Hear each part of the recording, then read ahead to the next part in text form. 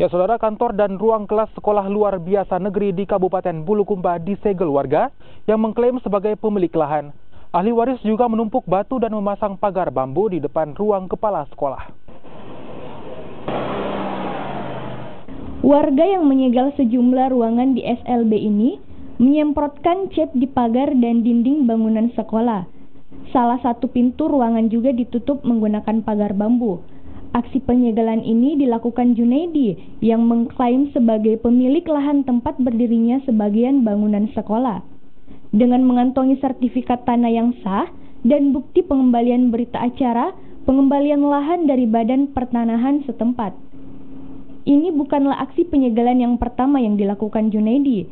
Namun, karena tak diindahkan, Junaidi kali ini nekat menumpuk batu dan berencana akan membuat pondasi rumah di halaman sekolah.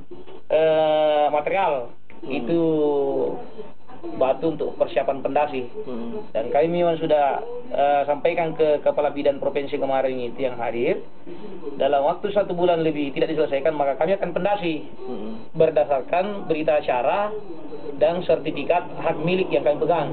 Iya, sudah ke-9 kalinya, tapi yang 8 kalinya itu ada persetujuan dari pihak provinsi yang hadir pada waktu itu. Kepala Bidan, tidak tahu Kepala Bidan dari mana, dan jaminan itu guru SLB sendiri yang menjadi jaminan bahwa 1 bulan akan diselesaikan.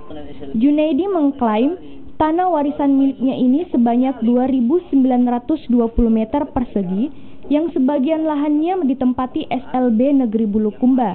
Akibat penyegelan ini, aktivitas kantor SLB Bulukumba pun terpaksa dipindahkan. Ruang aula juga tidak dapat digunakan, siswa pun terpaksa menumpang di kelas lainnya meski berdesak-desakan. Muhammad Salih, Kompas TV, Bulukumba, Sulawesi Selatan.